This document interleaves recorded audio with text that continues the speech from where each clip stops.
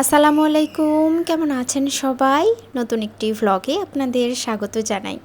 আর সেই সাথে জানাই প্রথম রমজানের শুভেচ্ছা।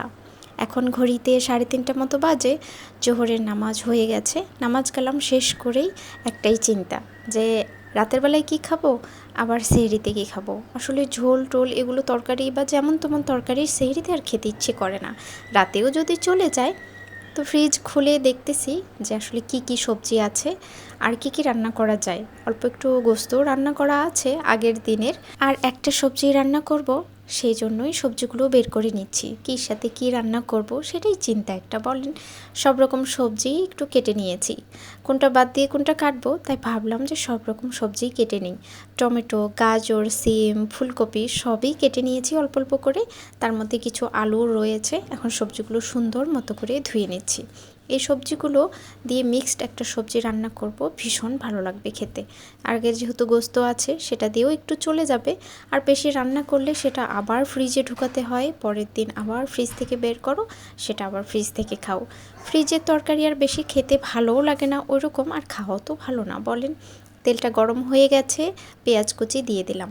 অল্প একটু পেঁয়াজ কুচি নিয়ে নিয়েছিলাম, একসাথে দিয়েও এটা রান্না করা যায়, কিন্তু আজকে ভাবলাম একটু তেলে দিই, বেশি ভাজবো না। অল্প একটু পেঁয়াজটার গন্ধটা চলে গেলেই ব্যাস হয়ে যাবে।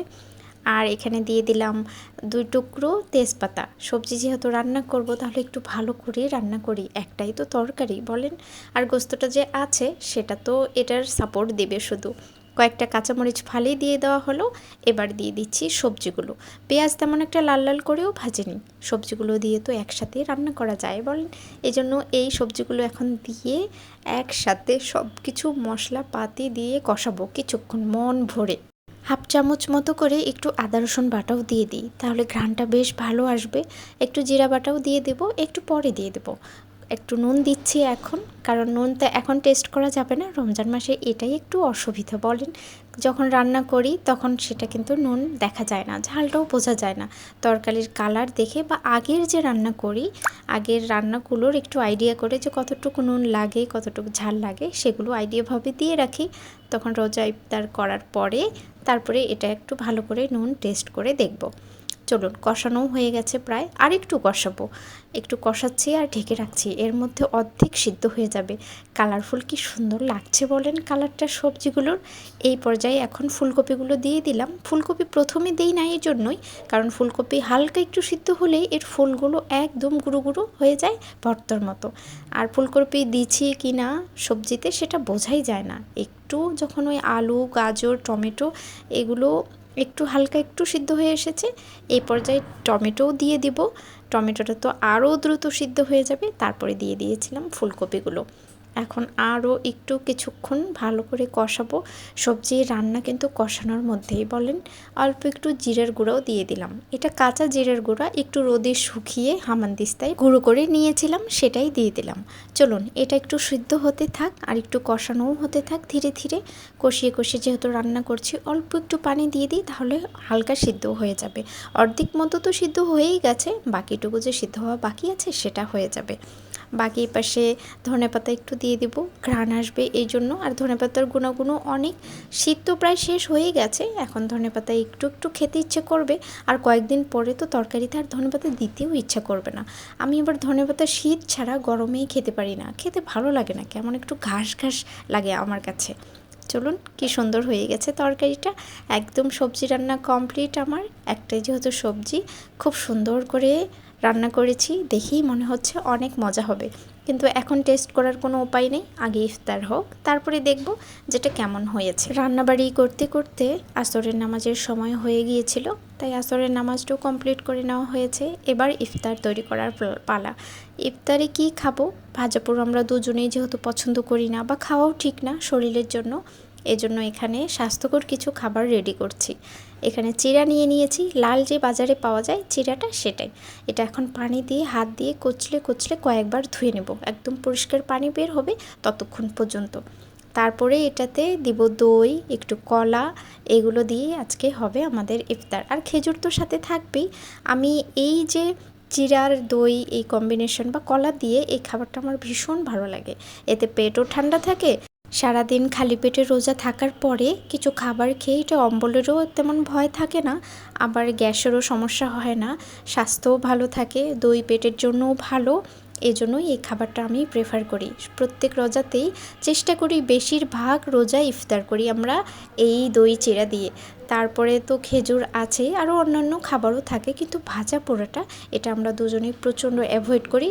তবে হ্যাঁ, মাসে একবার বা দুবার এটা খাওয়া হয়। একটু বাঙালি তো একটু আসলে মচমচে জিনিস ভাজা পোড়া এটা না খেলে আসলে ভালো লাগে না বলেন। আবার যদি কারো বাসায় ইফতারের দাওয়াত থাকে সেই ক্ষেত্রে একটু ভাজা পোড়াটা খাওয়া হয়। হাতে গোনা ওই 2 থেকে 3 দিন এইরকম। এবার মন ভরে দিয়ে দিচ্ছি এখানে দই, কয়েক চামচ ভরে ভরে দইটা দিয়েছি। এবারে দই পাতানোটা এত ভালো হয়েছে, একদম থকথকে, বাজারে যে কিনতে পাওয়া যায় সেরকম। একটু টক দই খাওয়ার চেষ্টা করি, কারণ মিষ্টি দইটাতে তো চিনি দিতে হয়, সেটাও তো শরীরের জন্য অনেকটাই ক্ষতিকর। এজন্য টক দই, কলা আর এখানে খেজুর বা বাদাম কিশমিশ এগুলোও আপনারা দিতে পারেন। আমি আজকে একটু আনার দিচ্ছি। আনারটাও তো ভীষণ ভালো, খালি পেটে এটা খেলে তেমন একটা গ্যাসের সমস্যা হয় না, কোনো ক্ষতিও করে না। ইফতার রেডি করতে করতে প্রায় সময় হয়ে গেছে, আর মাত্র কয়েক মিনিট সময় আছে, তাই একটু দ্রুত করছি। কয়েক টুকরো খেজুরের টুকরাও দিয়ে দিলাম এখানে। 2টা খেজুরকে একটু টুকরো টুকরো করে ছিটিয়ে দিলাম, কারণ খেজুর দিলেও ভালো লাগবে এজন্য। পানি ভরে নিচ্ছি এপাশে। আজান হয়ে যাওয়ার সময় হয়ে গেছে, কারণ আজানের পরে বেশি সময় দেরি করা যাবে না। চলুন, আজান হয়ে গেছে। পানি খেয়ে আজকে রোজাটা ইফতার করলাম। আল্লাহর কাছে লাখ লাখ শুকরিয়া, আজকের দিনটা ভীষণ ভালো কাটলো। একদম সুস্থতার সাথে একটা রোজা পালন করা হলো। আল্লাহ যেন তৌফিক দেয় সবাইকে পুরো মাস এভাবে সুস্থতার সাথেই রোজা পালন করার। 11 মাস পরে যখন একটা মাসের এই রোজা আসে, মনটা একদম খুশিতে ভরে ওঠে। আর আমাদের সবার উচিত এই রোজাটা এমনভাবে পালন করা যেন এটাই জীবনের শেষ রোজা। কারণ গত বছরেও এই রোজাতে কতজনের সাথে দেখা হয়েছে, কথা হয়েছে, কতজন বেঁচে ছিলেন, কিন্তু এই রমজানে তারা হয়তো আর নেই। কিন্তু আল্লাহ আমাদের এত সৌভাগ্য দিয়েছেন যে আবার একটা সুযোগ দিয়েছেন আমাদের গুনাহ মাফ করার জন্য। আমরা যেন এই রমজানে আমাদের সকল গুনাহ মাফ করানোর চেষ্টা করি। এই জন্যই এই রোজাটা এভাবেই পালন করা উচিত। সারা মাস রমজান রাখার পরে একটা খুশির দিনও তো আসে বলেন, সেটা হলো আমাদের ঈদ। রোজা ইফতার হয়ে গেছে, এবার মাগরিবের নামাজ পড়ার পালা। নামাজটা আমরা দুজনে একসাথে আজকে পড়ব। আজকে আর মসজিদে যাবেন না, কারণ তারাবির নামাজ মসজিদে গিয়ে পড়বেন। আমরা খেতে খেতে সময় হয়ে গেছে আমাদের নামাজের, তাই দুজনে একসাথে আজকে এখানেই নামাজ পড়ে নেব। আমরা বেশিরভাগই যখন বাসায় থাকি সময় পাই, দুজনে একসাথে নামাজ পড়ার চেষ্টা করি। তাহলে চলুন, আজকের ভিডিওটা এখানে শেষ করছি। আজকের ভিডিওটা কেমন লাগলো তা অবশ্যই কমেন্টে জানাবেন। ভালো লাগলে একটা লাইক করে দেবেন।